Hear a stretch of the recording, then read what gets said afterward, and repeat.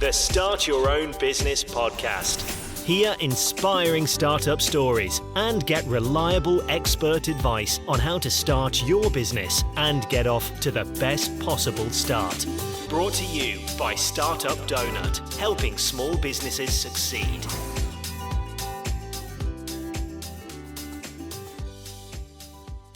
Hi there, thanks for joining us. You're listening to the Start Your Own Business podcast. My name's Fiona Pryor and I'm your host. This episode is the first in a two-part special mini-series looking at small business websites. I'll be seeking tips on how to optimise your small business website so that it ranks highly on the results pages of Google and other search engines. There's no point having a business website if it never gets found by search engines because you'll be missing out on leads and sales. When your potential customers are looking for products and services like yours, they'll be entering keywords into search engines such as Google. We all do it now, don't we? What you need to do is make sure your website appears high up in search engine results pages and optimise your website. But what does that mean? How is it achieved? And as a small business owner, can you do it yourself or do you need to pay an agency to optimise your website for you? Sharing his insight in this fascinating first episode is Craig Murphy, founder of Birmingham-based ALT Agency, the sponsor of this episode. Craig's an expert in website design, website development, search engine optimisation and website maintenance. He's helped many businesses just like you to optimise their websites for search engines. Before we meet Craig, let's find out a little more about the ALT Agency. Struggling to get your website to rank on search engines? Need a standout site? Meet Alt Agency, the Midlands-based WordPress agency where SEO and web design excellence go hand in hand. Led by SEO specialist Craig Murphy, Alt Agency has earned numerous 5-star reviews on Google and Clutch. They create bespoke SEO strategies that drive targeted traffic and deliver real results. From in-depth keyword research to stunning user-friendly WordPress websites, Alt Agency ensures your site ranks highly and converts visitors into loyal customers. With more than 15 years' experience and a focus on user experience and post-launch support, Alt Agency combines technical expertise with creative design. Learn more at www.altagency.co.uk. That's www.altagency.co.uk.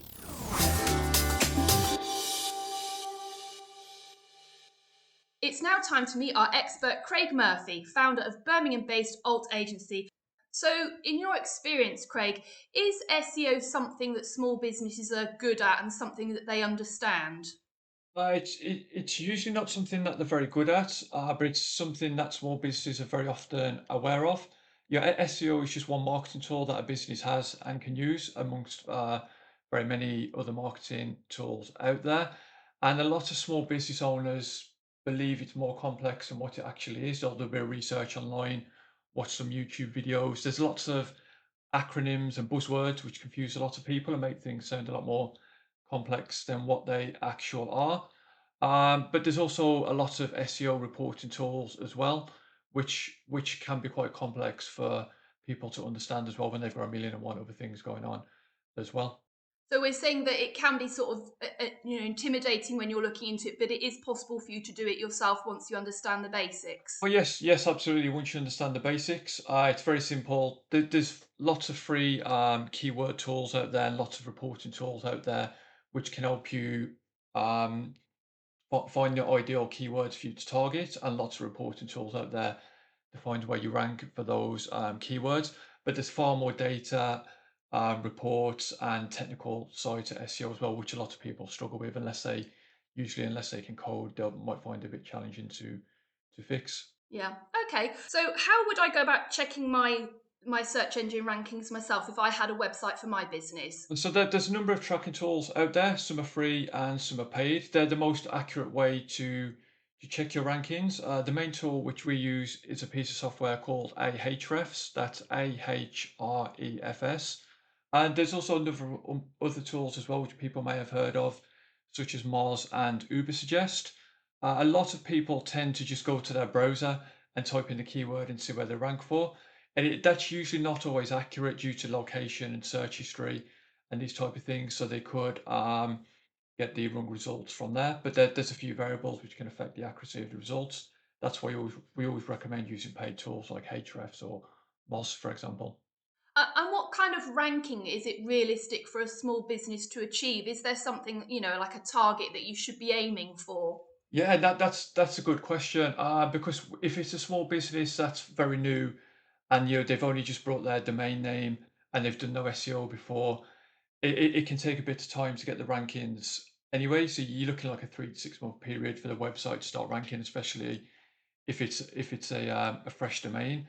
And there's other things which can affect it as well, like how complex the domain, so the keyword is to rank for. So if you're a very niche business, like a baker's in a very small town, you may start to rank quite quickly within 3 to 6 months, and you can jump onto page one in that short period. But if you're trying to rank for something a lot broader, like us, for example, with web design in Birmingham, that can take a lot longer because it's a lot more competitive. So the more niche and smaller the area is, often it involves less search volume, but they usually rank quite quicker for them. And obviously, to answer your question more directly, sorry, you really want to rank as high as possible. There are studies out there which say um, the top three results in Google get majority of clicks. So ideally, you want to be in the top three positions of Google. Yeah. So you've said that, there are paid tools and there are free tools that you can use. In your experience, are there sort of certain types of businesses that really should be investing in kind of paid SEO work? Yeah, so anybody who's in a very competitive industry would really want to do SEO. If you're just a local, like a baker, for example, something like that, you're probably not going to want to invest in SEO. If you're a bigger business, if you're an e-commerce site, for example, you're really going to want to invest in your SEO there. If you're a service provider, like an accountant, a plumber, a plumber may benefit from SEO. An accountant for sure would benefit from SEO as well. So they're the types of smaller businesses who would probably want to invest from a paid SEO campaign. Okay, so moving sort of away slightly, for those businesses that should be investing in paid SEO, what's the likely impact if they haven't done that and if they haven't optimized their website? Yes, so having no SEO for your website and not being optimized for the search engines, the main risk there is that you don't get found in the search engines. So, for example, if somebody types in accountant in and then a town or a city, the likelihood that you is that in the worst case you won't be found for that search term, which is very important to your business. Yeah, usually at the very least as well, a company, even if they've not done SEO, should really rank for their brand name anyway in the local area. That's usually one of the things that you rank for quite easily. So, for example, with what we do, if we didn't optimize our website for web design in Birmingham, then we definitely wouldn't probably even show on the first 4 or 5 pages of Google, let alone the first page at all. But for our brand name, Alt Agency, because it's quite unique, Alt and Agency, we rank quite well for that, and small businesses should anyway, just because it's our brand name.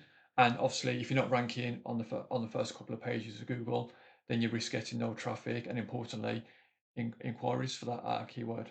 Yeah, so basically, no visibility means no visitors. And if you're relying on your website for your business, so if you're an e commerce business, we're basically saying that then means potentially no sales. So for those kinds of businesses, it's essential that you do your SEO work to make sure that you're appearing high enough up in the rankings for people to find you when they're looking for businesses either like yours or looking for you specifically by your brand name. Yeah, as a very worst case, yes, that's correct. Yeah. So talking about your brand name then, and your, if you've got a brand name, presumably you'd want to have that included in your URL. Your web address then, how important is that to your search visibility? So not as important as it once was. If you think back 10 or 15 years ago, you'd have seen people having URLs like Web Designer in Birmingham, just as another example. That they were okay back then in the day, but these days Google's a lot smarter. There was apparently a penalty where these types of exact match domains, which is where it's like your keyword and your location, that they were turned down a bit in the Google algorithm, so they're not as important as what they once were, 5, 10 years ago. But there are examples of where that does work quite well. For example, like hotels.com, it's got the keyword and the brand name both in the URL, and that's an exact match domain as well. But because it's a live website, that's a brand name. They've got other advertising around it as well. that works quite well. But we wouldn't really recommend these days someone goes and purchases, for example, Baker in, and then like the city, for example, like Baker in Birmingham. We don't really recommend that these days. You just have the domain, which is your company name, like altagency.co.uk, for example. Yeah, your brand name. Yeah. Yeah, well, it's quite interesting because in a previous episode in this series, we were talking to Mike, who's the co-founder of Crimpit, and he talked about how actually they were able to sort of get search rankings really very quickly because their brand name was completely unique and there was nothing else competing for them. So there are examples out there where actually, it does work for you. So yeah, it's good information to bear in mind. Um, Going back to keywords, it's a phrase that you hear bandied about all the time when you're talking about search engine optimization. How would I know what my keywords should be if I had a website? What should I be looking out for? Usually just starting with the very, very bare bones basics. So, for example, again, if you are an accountant in Birmingham, that's probably what people would type in. So you would start there, your accountants in Birmingham, that would probably be your primary keyword. And as we were talking about earlier, those tools like Ahrefs, for example, and Ubersuggest, they have within them keyword suggestion tools, as does Google itself, the Google Keyword Planner. So you can type keywords in there and it will help you find very similar keywords related to that as well. So you can find all the different variations of keywords as well as other suggestions as well. And another good thing to do that's very, very simple is when you do a Google search, so if you typed in, for example, accountant in Birmingham or web designer in Birmingham, if you scroll to the bottom of the search results, there's the little box that says people also search for. You can also take your ideas from there as well. But the keyword research is very, very important. That's the whole foundation to any SEO campaign. So as a starting point, you're basically saying put yourself in your customer's shoes. Think what would they be using to search for me, and that to be your starting point. Yeah, for a very, very basic step one starting point, that would be ideal. Yes, as you move further down the line, you've optimized around that keyword. You start looking for what we call long tail keywords, which are longer variations, but that gets a bit further down the line. But from day one, yes, that would be correct. So when you're talking about long tail keyword, can you give me an example? So if I was looking for an accountant in Birmingham, what would be a long tail keyword perhaps around that I might use then? Yeah, so a very example of a very short one would just be like local accountant, for example, or accountant near me. And then if you're going a lot more long tail, you might be searching for um, accountants in Birmingham who specialize in e-commerce companies, for example. That would be classed as a very long tail one. Talking of, we talked about keywords. You've got your list of keywords. How many should you be looking to include on your website? Is there kind of optimal number that you should be looking for? Not really these days. Again, if you go back 10, 15 years ago, some people would have a page for a keyword. You don't really do that these days because Google understands that 10 variations of a keyword are all grouped under one roof.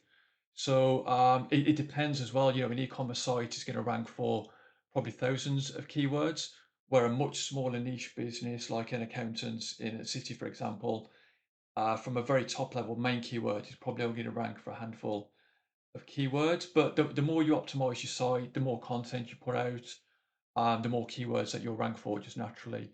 Anyway, but in terms of like primary main keywords, if you are an accountant in a smaller city, you're probably only going to rank 10, 15, 20 main keywords to bring 80 to 90% of your traffic, probably. Yeah. So I've got my list of keywords. I'm then making sure that I'm including them in my site. Where would I be making sure that those keywords are appearing then, if I want to get optimal SEO with those terms? Yeah, so from a very basic point of view, you'd want your keyword in what's called the page title. So when people are editing their website in the back end, they might have in their editor they're using, whether that's like Wix or WordPress, for example, they might notice something called a meta title and a meta description. The meta title is when you run a search on Google, the meta title is the blue link that you click on to go to the website. So you'd include your keyword there and also in the meta description, which is usually 160 characters, you'd include it there, but it needs to be included naturally. So you wouldn't just like put your keyword in there 2 or 3 times. You need to put the title into like an enticing title that somebody would click on, because obviously in the search results, You want to stand out. You want to make your title as enticing and creative as possible. And then in the description as well, which is the bit that people read before they click through to your website from Google, you just want to entice people to click through and make sure what they are clicking is relevant to the search term that they've searched for.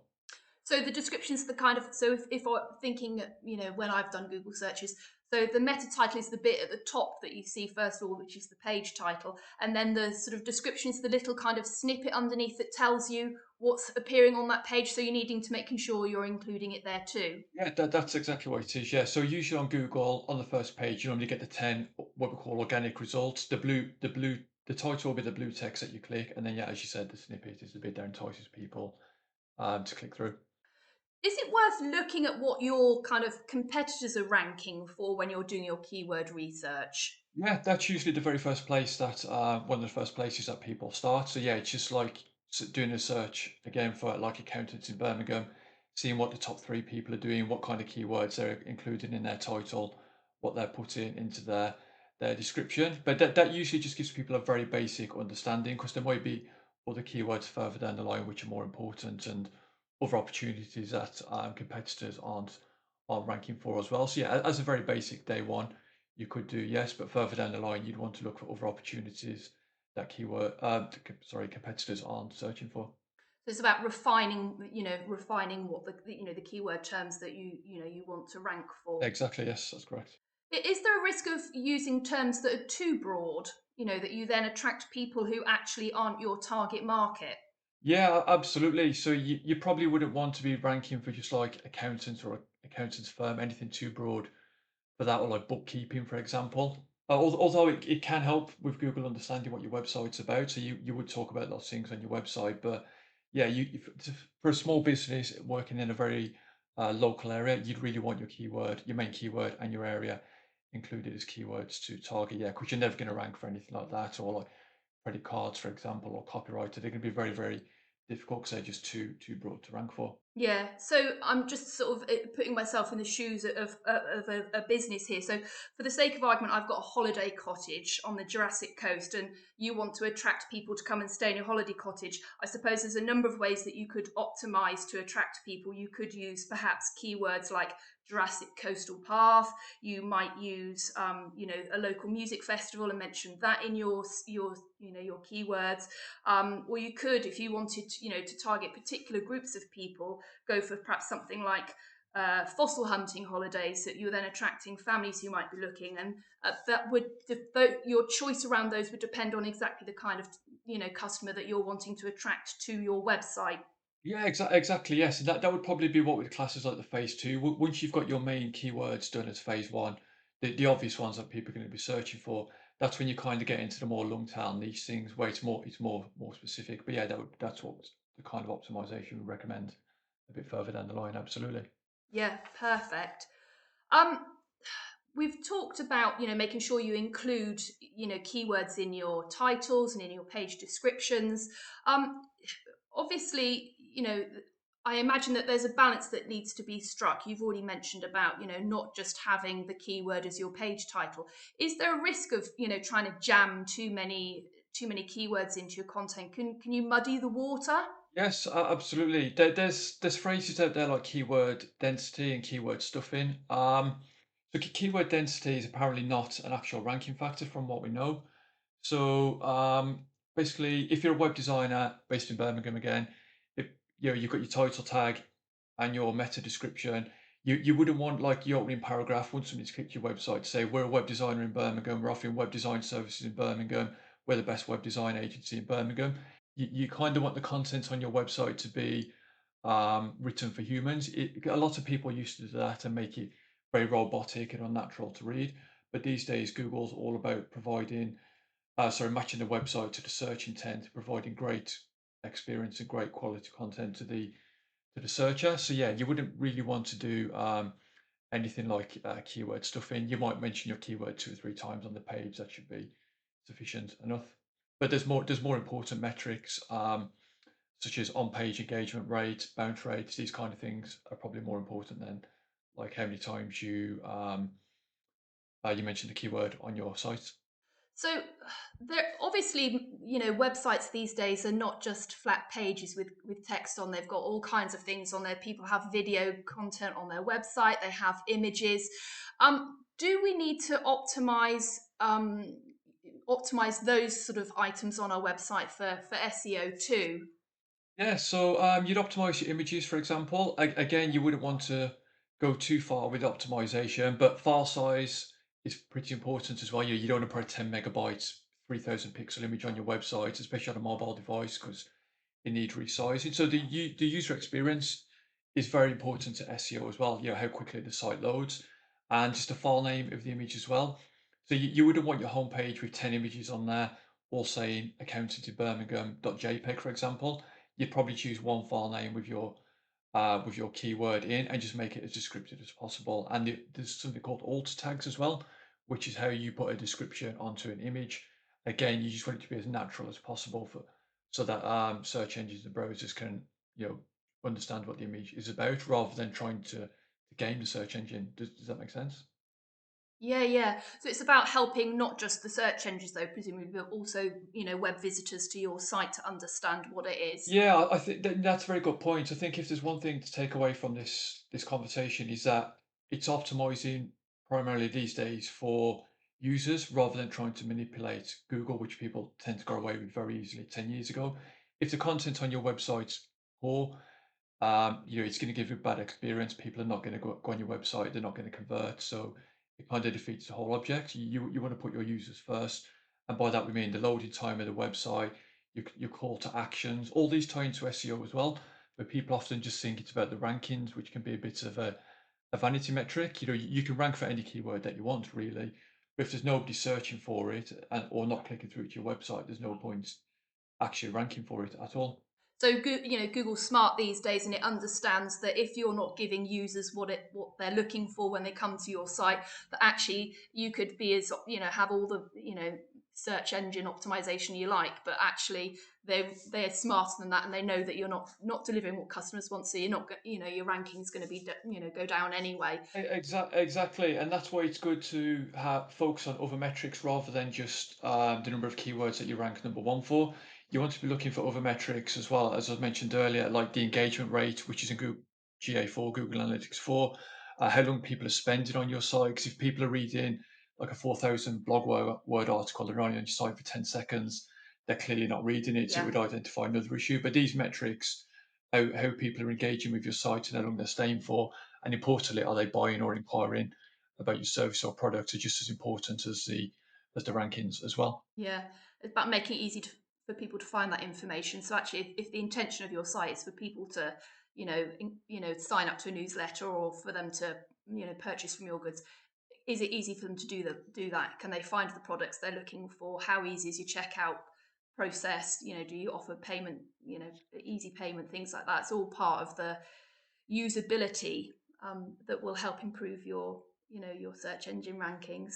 Exactly, yes. Most people just track the rankings, as I was saying earlier, and they think SEO stops there. They think, oh, we've got the rankings now, but they forget about what actually happens. You put all this effort into getting the high rankings. What do you do when somebody lands on your website? And that falls into what we call conversion rate optimization, which goes hand in hand with search engine optimization. So that's just optimizing the website for conversions, as you're mentioning. Is the menu clear? Are the buttons clear? If you're taking credit cards, does the site appear trustworthy and got all card logos and all those type of things on there to build the trust to convert that customer Mm. once they've actually landed on your website? So another tool that people are advised to make use of are sort of links from other trusted websites. How important is that for someone starting out? Just launched your website. How important or valuable can links from other websites be? Yeah, so depending on who you speak to, obviously links are important. It's just how important these days. If you go back, 10 years ago, 15 years ago, because SEO has changed so much, even just over the last 2 years, it changed so much. It used to be the case of if your website, for example, had 1,000 links and had 1,001 links, then it was highly likely that I would outrank you just because I had more links to my websites than what you did. Links is certainly probably in the top three most important things when it comes to SEO, but it's not about volume. It's more a lot it's more these days about the quality of the link. And Google Yeah. runs updates to the algorithm. It changes the algorithm many times a year, and it runs link spam updates, which target these types of low quality spammy backlinks to a website. So if somebody's gone out there, we all get these emails every day. We can do SEO for $99, buy a guest blog post. They're not as effective as what they once were. They may work in the short term, but if Google changes the algorithm, your rankings can drop further down the line. But you can get great quality backlinks, which is what SEO is primarily about. So, for example, if you're doing a PR campaign, which goes hand in hand with SEO and the local media, so again, also we're based in Birmingham. If the Birmingham Mail pick up on something what we do and they link back to us, that's quite what we'd call a good quality link, rather than these low quality spammy links which have been put on these dodgy websites just for the purpose of selling backlinks, basically. But for a small local business like a plumber, one of the ways that they can get backlinks quite easily is by submitting to directories. So like Yell, Thomson, the Birmingham Mail's got its own directory. So these type of directory backlinks will help on the link building process and just get them off to a good start. And they're usually free as well to submit to these directories. So that's a very good place to start as well. Yeah.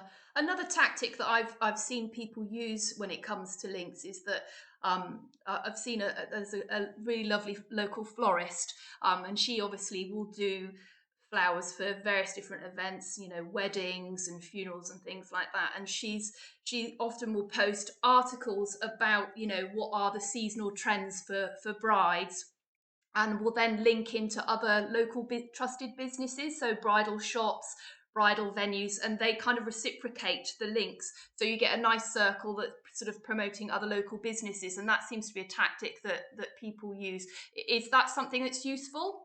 Not really these days. I mean, if you're doing a direct link exchange where it's like you link to me, I'll link to you, Google can pick up on these, and you can get penalized for it. You just want to do it as naturally as possible, really, without expecting Mm, anything back. yeah, That's why you do the PR. And if you write a great if you write a great article which users love and they're sharing it, and you get natural backlinks from that, then that's fine. There may yeah. be some crossover where your article links out to a website that loves your article and links back to you. But in terms of trying to manipulate it, I would probably advise against that, in all honesty.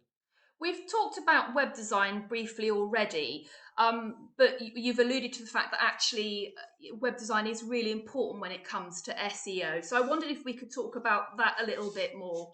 What you need to be looking out for, things, considerations like the fact that these days most of us will do at least some searches every day from our mobile phone for something. We're looking for the opening hours of the local veterinary practice, or we want to check out the menu of a local restaurant that's been recommended to us. So how important it is that web design and um, visibility on a mobile device. It's absolutely essential these days. Some businesses and some of our clients, they can be 80 to 90%, especially the e-commerce retailers and the local tradesmen. A lot of people will be on the phones, and we're talking 80 to 90% of traffic can be from a mobile device for those types of businesses. It's super important, as I mentioned in earlier, because the last thing you want is somebody coming from Google, clicking to your website, and either you've got a huge image on there or the text is too small and they can't read it.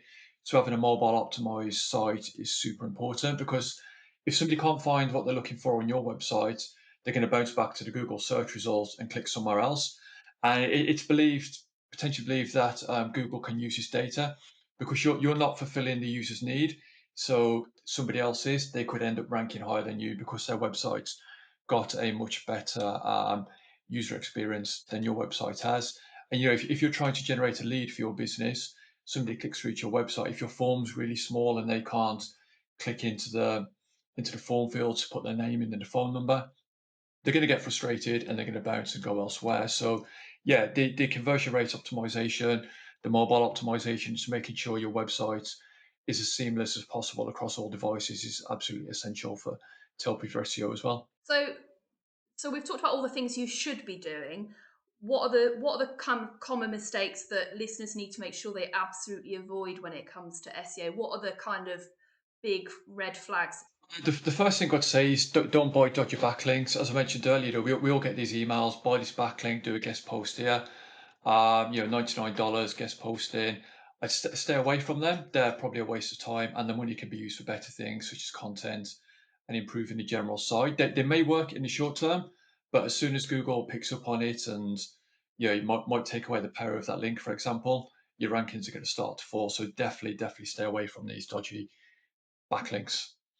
Further from that, a couple more things. I'd say probably don't create content for the sake of it. So, for example, if you're an accountant in Birmingham, a lot of people, they'll start putting blog posts on their website using variations of accountant in Birmingham. So they might put blog posts up like, called accountants in Birmingham, best accountants in Birmingham, top accountants in Birmingham.